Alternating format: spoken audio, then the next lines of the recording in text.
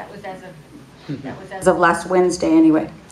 So this is where we've gotten to, and I forgot to correct it earlier. So good morning. It's Thanksgiving week. How about that? Can you believe it? I think that January or November was about, I don't know, a day and a half long. It seems like to me. It's gone by so fast. I thought we would talk about gratitude today since it's Thanksgiving week. And did you hear about the elementary teacher who asked her kids what they were grateful for? And little Tommy's in the back going, I know what I'm grateful for. I'm glad I'm not a turkey. I think that's one smart kid. That's a very smart kid. I'm glad I'm not a turkey too.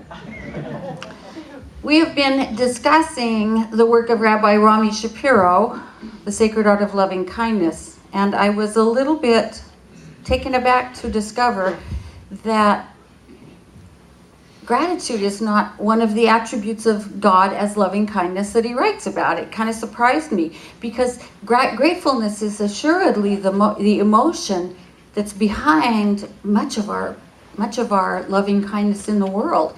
Gratitude is the root emotion behind all sorts of nice things like peace of mind and feeling abundant and being generous, all those kinds of things. But as I thought more about it, I realized that what the rabbi is writing about is God. The attributes of God as loving kindness in the world. And of course, God isn't grateful. God is creation. It's what's being created all the time. God isn't grateful. God simply is everything. And so it made sense to me that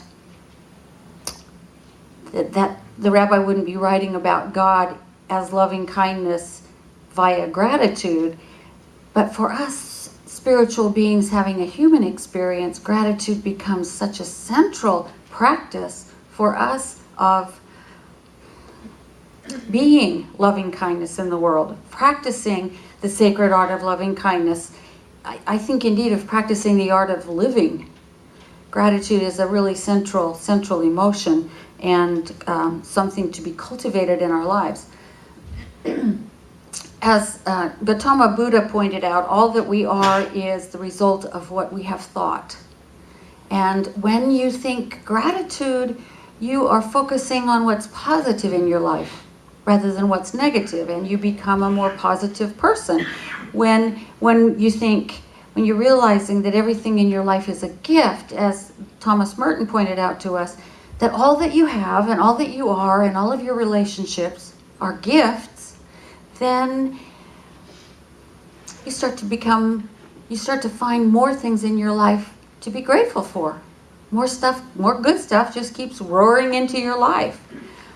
When you're filled with gratefulness, what does your life look like? It looks like a giant, precious gift, right? When you think about your family with gratefulness, you can see that each one of them is a gift to you. And every interaction that you have with anyone, if viewed through this lens of gratefulness, becomes a gift. Whether you call it good or you call it not so good.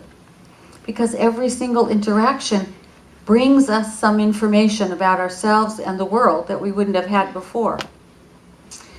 A couple of weeks ago, I quoted Professor Craig Gay, who said, "The single most subversive and ultimately redemptive idea we can set loose in the world today is the simple recognition that life is a gift." I love that. I've been thinking a lot about it, and I don't know what he means by redemption, but I know what I mean. And what I mean is that when you are in an attitude of gratefulness, of thankfulness, you cannot be unhappy. Gratitude does not let unhappiness live alongside of it. Just doesn't happen. And I looked the word up. I looked up the word redeem. And it means to free something, to loose it, to transmute something painful into something wonderful. And gratitude certainly does that for me. Gratitude gets rid of worry and obsession and the feeling of lack and all of those things, because you can't be grateful and hateful at the same time. You just can't. You just can't. So when we can recognize that life is indeed a gift and cultivate gratefulness, cultivate thankfulness for it, then it changes the way we think, which changes the way we perceive, which changes the way we act. It changes our whole experience. And gratitude has the power, I think, to transmute nearly everything that is sad and uncomfortable and dark and painful into something that's filled with light, something that is a gift, not only to us, but to the world.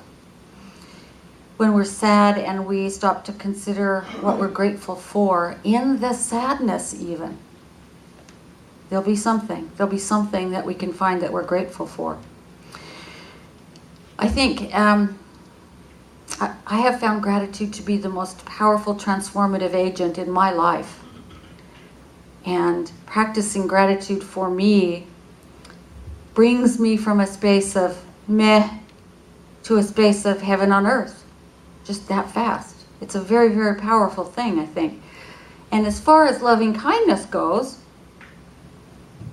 when you are filled with gratitude, it's like natural to reach out to somebody else with love. It's almost just what we do automatically. And so I think it's really central to this whole idea. And you'd think we'd be doing it all the time. You'd think we would always be running around in gratitude for our lives. But I think being grateful, like being kind, being positive, being generous, requires practice. It requires practice. Because I'm not sure we were all brought up to appreciate life moment by moment by moment.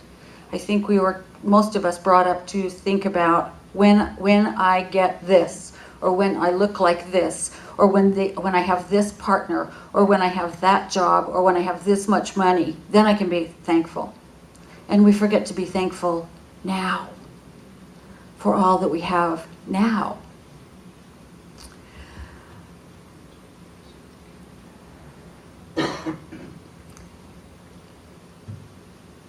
The other thing about gratitude is this, that when we take time to cultivate it, more good stuff enters our lives. We make it welcome. We make it welcome.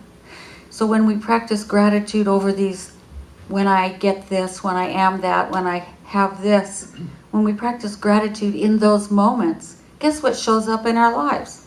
That, him, her, it. All of a sudden we start to make that welcome rather than saying when I, which means we'll never get there because there's always going to be another when I do that out there somewhere. But when we stop to be grateful right here and now, we look around our lives and we discover we're already there. We already have that relationship. We already are abundant. We already are at peace. It's an amazing transformative thing. And we can generate that emotion anytime we want. We can generate it no matter what our situation. And the more we practice, of course, the more thankfulness becomes the way in which we live all the time. It becomes easier and easier to move from a dark place into a light place, from a sad place into a grateful place, the more we practice it.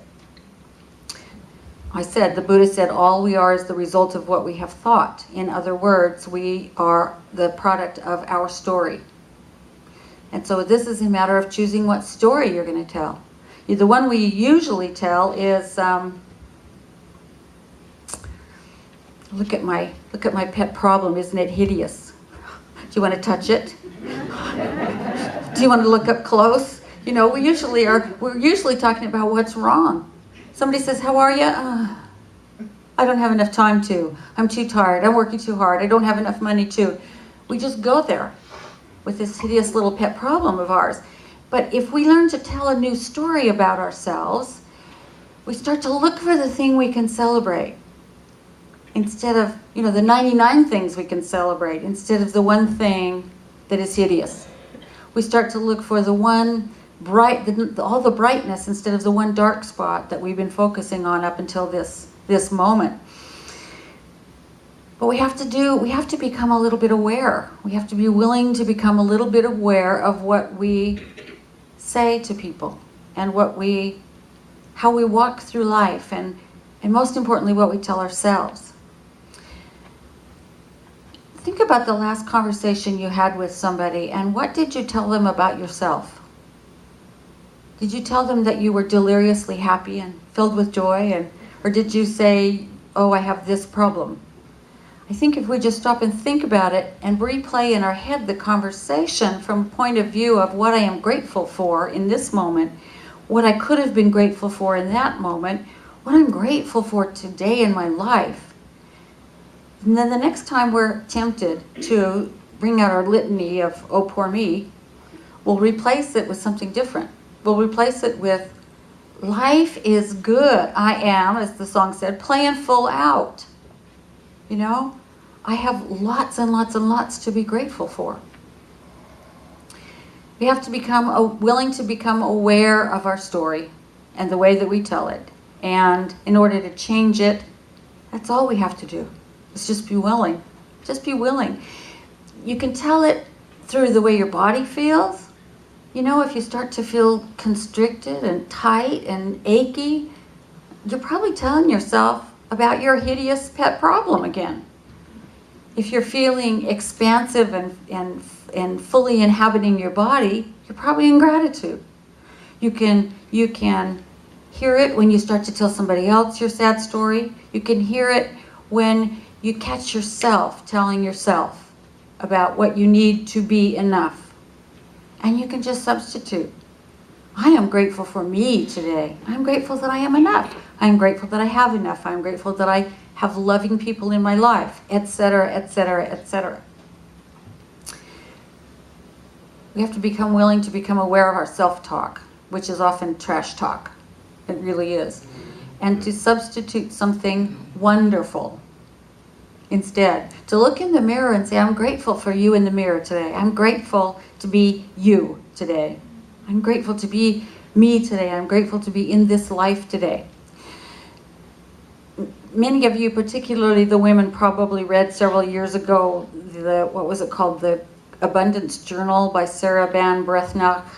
She wrote a couple of books after that, and somewhere in one of those books she said that abundance and lack exist simultaneously in our lives as parallel realities, and we can go from one to the other really quickly. She said it's always our conscious choice which garden we tend, the garden of abundance or the garden of lack.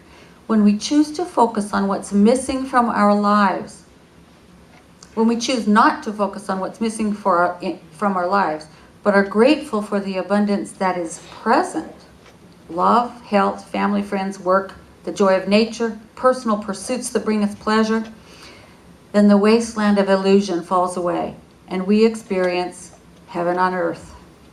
And I say amen to that, amen to that. When I can remember to pay attention to what is in my life that I love and that I'm grateful for, instead of paying attention to that wasteland, I experience heaven on earth. I am at peace in my body.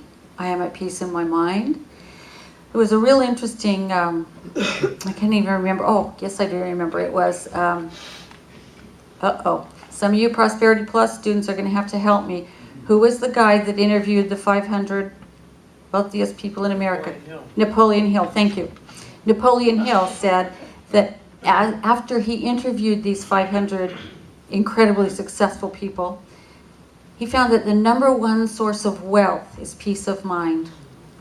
And there's no greater, quicker route to peace of mind than the practice of gratitude, than the simple action of taking a few minutes to say, I'm so grateful for my life. I'm so grateful that I'm standing here with you all today. I'm so grateful that I have this incredible husband with which I can dance through life. I'm so grateful for my dog. I could go on and on and on because I've been practicing lately. I have been practicing, figuring out what I'm grateful for. I'm grateful for, 2 weeks ago I did a memorial service for a man who was not old enough to be gone from this planet. And I was grateful that I had known him for as long as I had. There is always something to be grateful for. And that heaven on earth comes from that state of being in peace with yourself and with your life. And And so just close your eyes for a second and take a deep breath and just relax for a moment. And imagine, however you imagine, whether it's feelings or pictures or sounds, something or someone or some circumstance for which you are incredibly grateful.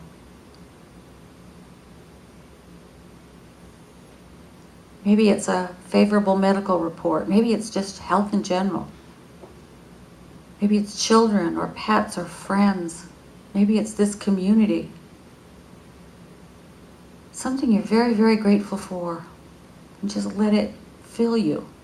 Let it pour out from your center into every part of your being. And take another breath. And just feel how you feel. Clearer, lighter, brighter, more joyful.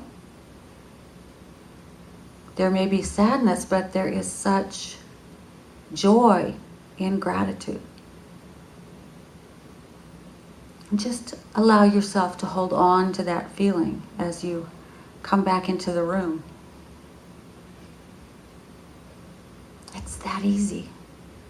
It's that easy to just step into a place of gratefulness by calling up something you're already grateful for. To be grateful is to recognize the love of God in everything He has given us, and He has given us everything, said Thomas Merton. We don't usually call God He or She because it's bigger than either one, but Thomas Merton did, and I love the emotion behind that sentence, that everything that we have is a gift to us. So I want to come out into there. I want to come out with a microphone and see who's willing to share what they're most grateful for today. I am grateful for the breath I breathe today because of my sobriety, because of the fellowship of AA, the fellowship of the spiritual community. I am truly grateful, and I try to live in an attitude of gratitude just for the breath I breathe. Thank you. Fabulous.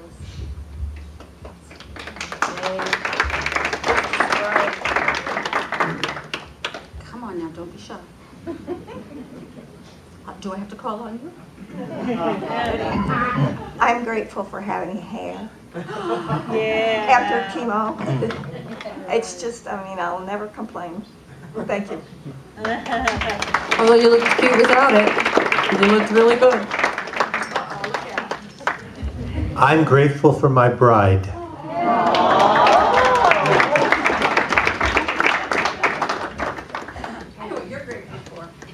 I am grateful for all the love that's in my life. Yeah.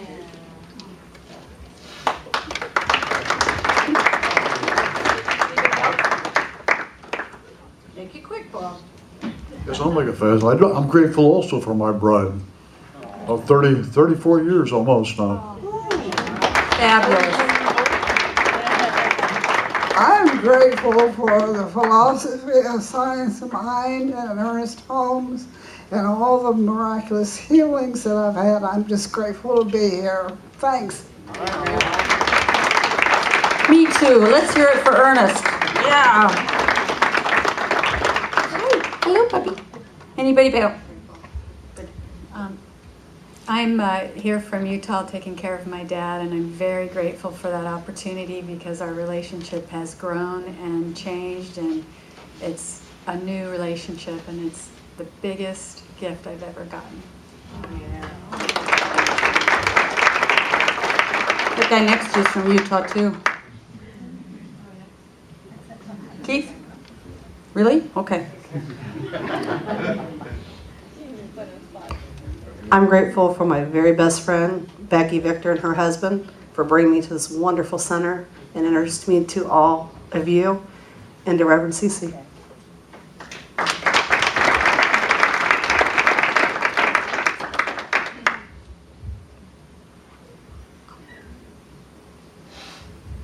I don't have children of my own, so I'm grateful for the children God brings to me. You know, it's easy to begin to extrapolate and think, well, where do I go? But for right now, I'm blessed just to be here right now with you guys, you folks. Thank you.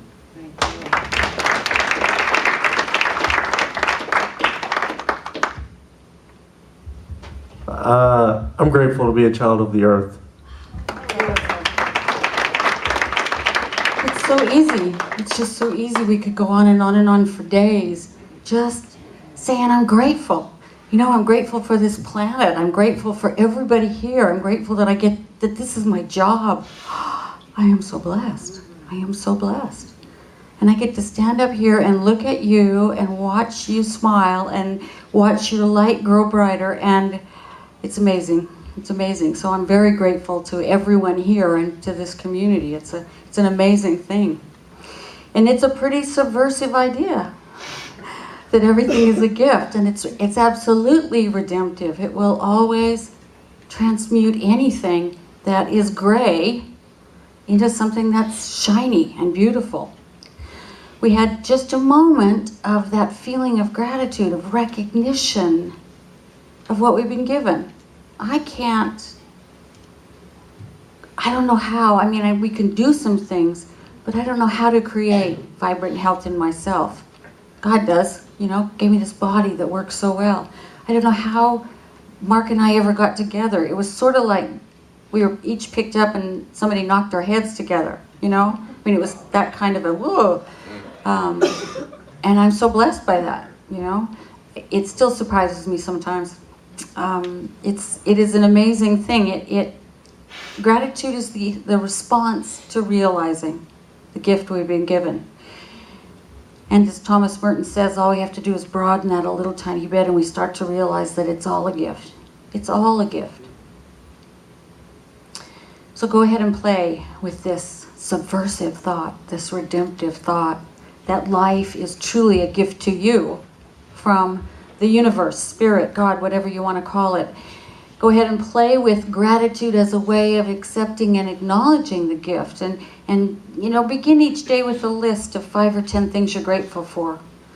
I remember when I first got this assignment 27 years ago from my sponsor, my first sponsor in Alcoholics Anonymous. And it was very difficult because I wasn't grateful for much. And I woke up one morning because there were all these birds outside my window singing, and I was really upset that they'd waked me up. Hello? And that's where I started. I said, wow, if I let myself listen, that's really beautiful bird song. I'm grateful for that. And so I started many days, I'm grateful for those birds. And then it got easier and easier and easier to make longer and longer and longer lists. And so, you know, at the beginning of the day, 5 or 10 things you're grateful for. At the end of the day, 5 or 10 things that happened that day that you're grateful for. When you feel tense, go ahead and think of something you're grateful for. When you feel sad, go ahead and respond with gratitude to whatever is in the situation that's there for you. And what happens as a result is that our lives broaden and deepen and grow brighter, and we experience more and more joy and more satisfaction with life and more freedom, because the place freedom happens is right here, of course. And being grateful for what we have already frees us from that burden of carrying around all those things we don't want to have. We start to create peace of mind in ourselves. We start to create eyes that see in others that reflection of God. We start to create receptivity to good. We start living in heaven on earth. We start living there. I can promise you that if you start to look, you will find more and more and more to be grateful for. Every breath we draw, said Thomas Merton, is a gift of God's love. Every moment of existence is a grace, for it brings with it immense graces. Gratitude, therefore, takes nothing for granted. It is never unresponsive. It is constantly awakening to new wonder and to praise of the goodness of God. For the grateful person knows that God is good, not by hearsay, but by experience. And that is what makes all the difference. So let's pray together. In this moment, I let gratitude open my inner eyes. I let gratitude open my heart. And I know that God is all there is. That there's nothing else. That the entire universe is God's body. And that every beat of my heart, every thought of my brain, every cell of my body is part of that oneness that we call God. We are all part of it. We are all one with it. We are all one. And I know that this power and presence that is everywhere and every when, this power and presence that has created the universe from nothing and everything in it through its own thought. I know that it is all power, all abundance, all health, all joy, all wonder, all wisdom. And I know that that power and presence is as close to me as my heartbeat, as the next breath I take. I know that I can access it simply by turning within in silence, asking and listening. And for this, I am so grateful. And I know that each one of us in this practice of gratitude finds the wonder that exists at the very center of our being. The wonder of self-love, self-acceptance, self-esteem that allows us to look outward and love and esteem and accept all others. We find within ourselves the wonder of the vitality and joy that allows us to go into the world with vitality and joy and spread the light that we have found within ourselves out in the world. I know that each one of us this week experiences so many things to be grateful for. So much love, so much joy, so much peace, so much fond remembrance, and so much brand new excitement and joy. Knowing that this is true for each one of us, I give thanks. I give thanks to that God that has given us everything, by whatever name it goes. I give thanks for this community, for this day. I give thanks for all that I am given.